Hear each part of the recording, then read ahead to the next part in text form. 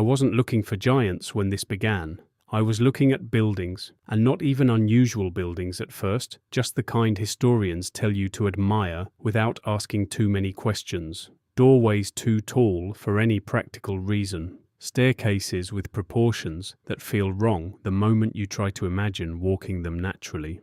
Hallways inside government structures that seem built less for ordinary movement than for something larger, something that does not match the scale of the people who supposedly designed, funded, and used them. At first, I filed it away the way everyone does. Monumentality, power, ceremony. Empires build big. Governments like to intimidate. Grand architecture is supposed to make you feel small. That explanation works until you start noticing where the scale appears, because it is not only at the entrances, not only in throne rooms or cathedrals or ceremonial facades meant to impress visitors.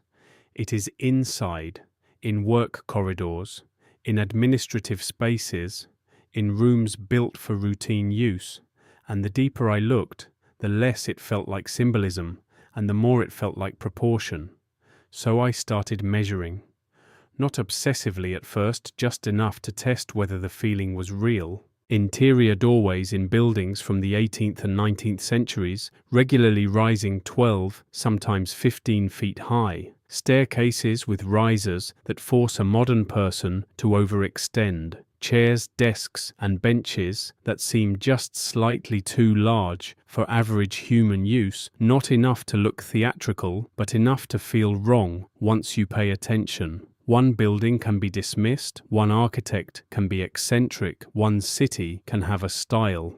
But when the same disproportion begins repeating across courthouses in America, administrative buildings in Europe, imperial complexes in Russia, colonial structures in India, and municipal halls in South America, the pattern becomes harder to wave away, because style can travel, but inefficiency on that scale usually does not. Large construction costs more. It takes more labor, more stone, more timber, more planning. People do not build impractically across continents for no reason. And that would have been enough to keep me interested, but not enough to change the direction of the investigation if I had not found the photographs. Not paintings, not folklore, not stories retold and exaggerated over generations until they take on the glow of myth.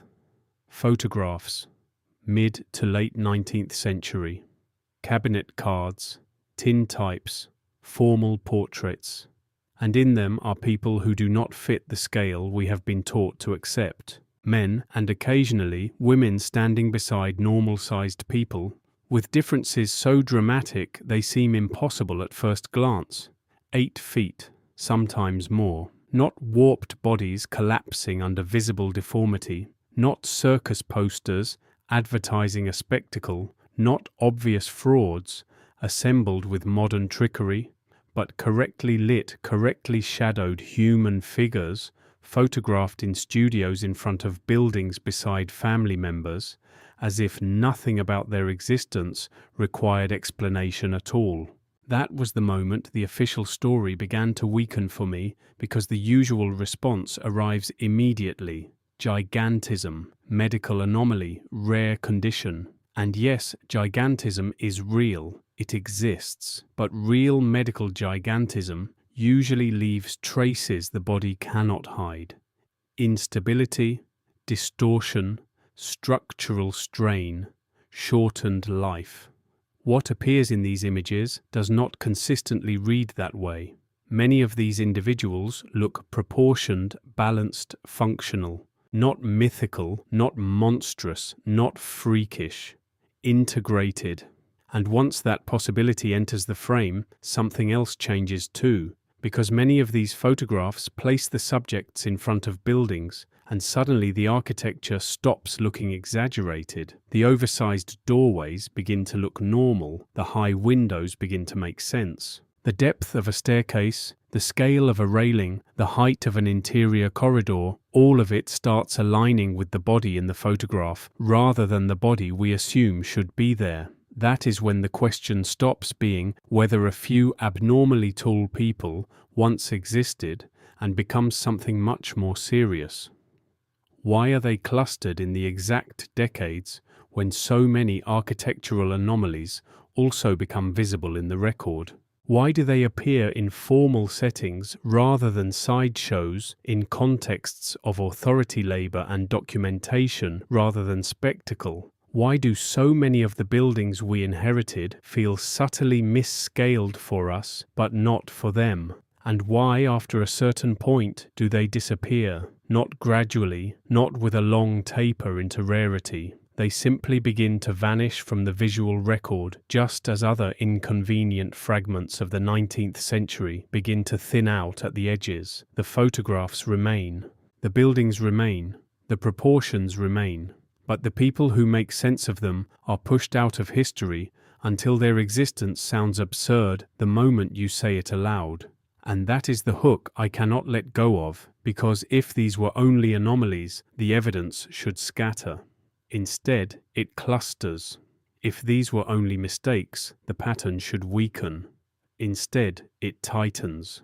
The more I looked, the less this felt like a collection of curiosities, and the more it felt like the surviving edge of something organized, something once visible enough to be photographed, built around, and recorded without surprise, and then later pushed so far outside the acceptable story that even asking the question now sounds like an act of bad taste. But the question remains: who were these people? Why were they photographed so casually, and what kind of world leaves behind buildings that fit them better than they fit us?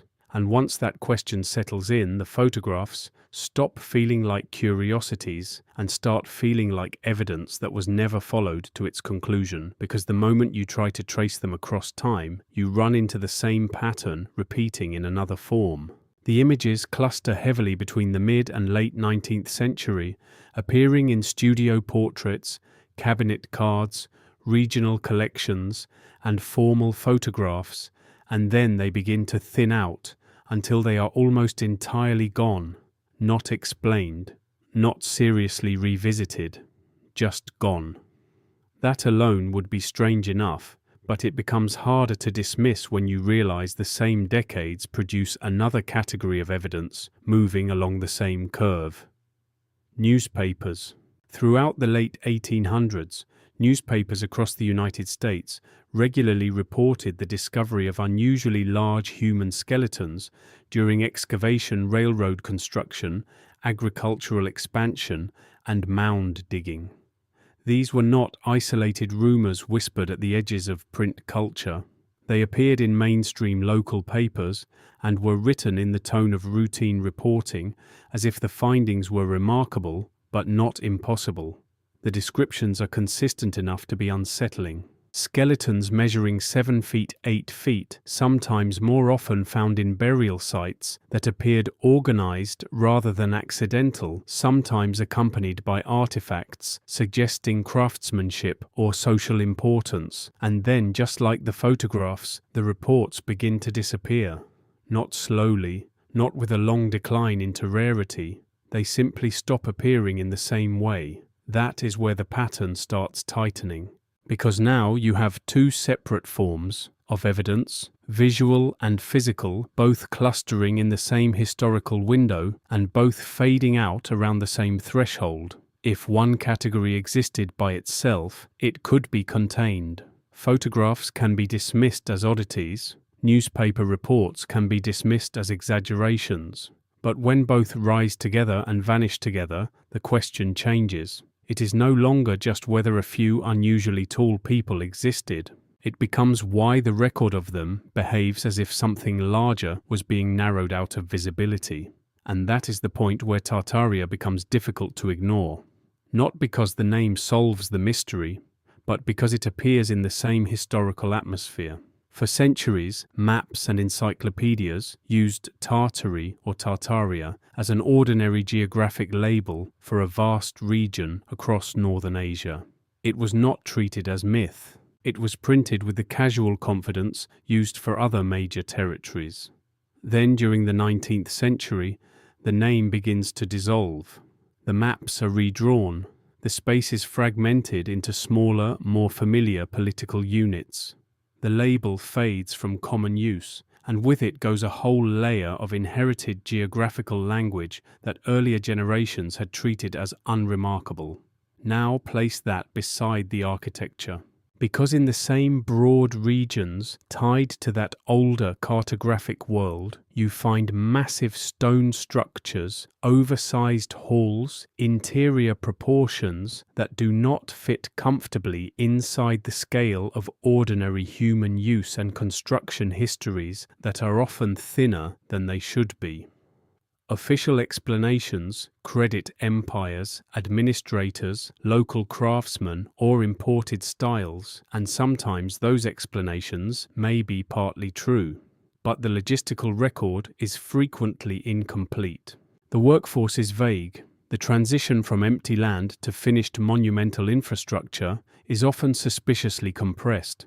And once you place those buildings beside the photographs, the scale begins to feel less symbolic and more functional. That is the idea I keep returning to. Not that giants ruled the world, something more specific than that. What if they formed a specialized class?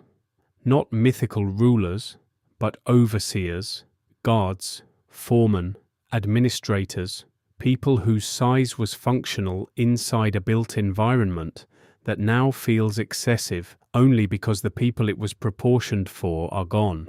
It would explain why the photographs so often place them in formal or official settings rather than domestic ones. It would explain why the buildings most obviously affected are courthouses, administrative centers, and spaces of governance rather than ordinary houses. And it would explain why, once the old structure collapsed or was absorbed into a new one, the architecture remained, while the people were reduced to anomalies, curiosities, or nothing at all, because that is what inheritance does when it loses context. It keeps the shell and erases the user. It preserves the building and rewrites the builder.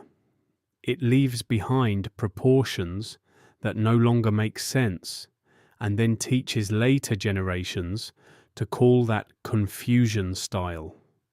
By this point, the question is no longer whether the evidence is strange. It clearly is. The question is whether we are looking at isolated anomalies or at the surviving fragments of a social order large enough to leave photographs, skeleton reports, oversized administrative architecture, and a historical silence that arrives with almost perfect timing. And once I started looking at the architecture that way, other objects began to change shape too, because the buildings were not the only things that felt wrong. Furniture kept appearing in estate sales museum storage and archival photographs at scales that made no anatomical sense if they were meant for ordinary use. Not thrones, not ceremonial pieces built only to impress. Ordinary chairs, desks, benches, and tables, except the seat heights, were too high, the armrests too elevated, the proportions too deep. Museums called them decorative. Auction catalogues called them Victorian eccentricities. But decorative does not explain repetition, and eccentricity does not explain why the same oversized furniture appears in courthouses, administrative offices, and waiting rooms, places where function should matter more than style. Then there were the tools, not miniature curiosities, not symbolic artifacts, tools with wear marks, massive wrenches, iron implements, and hardware pieces turning up in demolitions and salvage lots, too large and too heavy to be comfortably used by an average worker, but clearly made for real labor. The standard explanation is always the same: industrial equipment, specialized machinery. But that answer often arrives without context, without a clear system of use, without any satisfying account of why tools of that scale appear often enough to be dismissed casually and never often enough to be investigated seriously. On their own, the chairs mean little. On their own, the tools mean little. But placed beside the photographs and the architecture, they stop looking isolated. They begin to confirm the same scale problem from another angle. And that is what changes the weight of the question. Because now, the idea is no longer just that unusually tall people may have existed. The idea is that an entire material environment may have existed around them. Buildings sized to their movement, furniture sized to their bodies, tools sized to their grip and reach. That does not prove a lost civilization, but it does suggest that we may be dealing with something more organized than random anomalies scattered through the record. A world leaves traces in proportion. If the proportions repeat across architecture objects and bodies, then the repetition itself becomes evidence of structure. This is where the official explanation starts to feel less like an answer and more like a habit. Institutions do not seriously debate the giant photographs. They file them as curiosities. They do not reopen the newspaper reports of oversized skeletons. They dismiss them as exaggerations or hoaxes without explaining the consistency of the pattern. They do not study the architectural proportions as functional evidence. They reduce them to style. Across disciplines, the same thing happens. The evidence is not directly destroyed. It is rendered unserious. Questions are not forbidden. They are made unfashionable. And that is a much cleaner form of erasure, because once a question becomes embarrassing to ask most people, stop asking it long before anyone needs to silence them. That is what disturbs me most. Not one photograph, not one building, not one tool.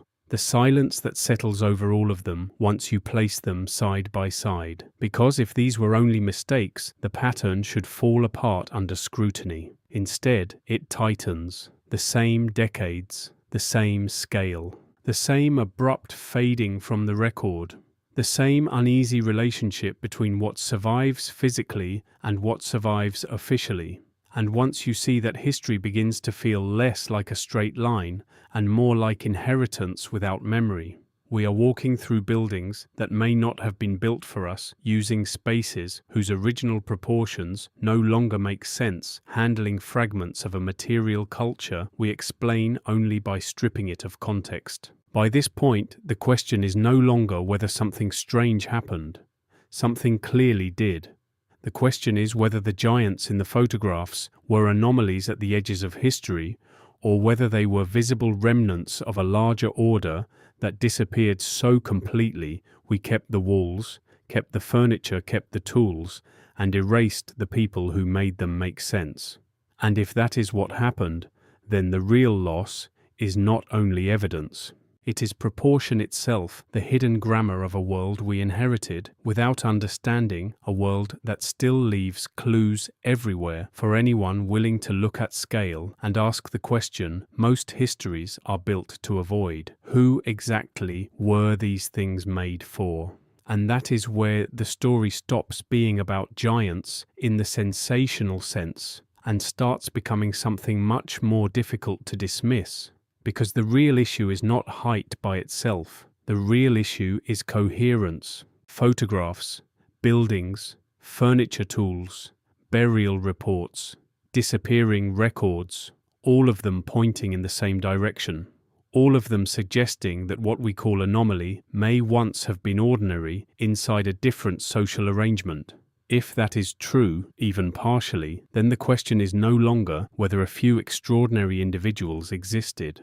The question is whether history has been edited at the level of scale, whether an entire layer of human variation and social function was reduced to curiosity and then pushed outside the acceptable story. What makes that possibility so unsettling is how little force it would take to erase it. You would not need to burn every archive. You would not need to destroy every building. You would only need to change the frame. Label the photographs as oddities. Label the skeleton reports as exaggerations. Label the oversized spaces as grandeur, the furniture as decoration, the tools as industrial curiosities, and then wait. One generation later, the pattern begins to fade. 2 generations later, it sounds absurd. 3 generations later, anyone who asks the question is treated as unserious for noticing what is still physically standing in front of them.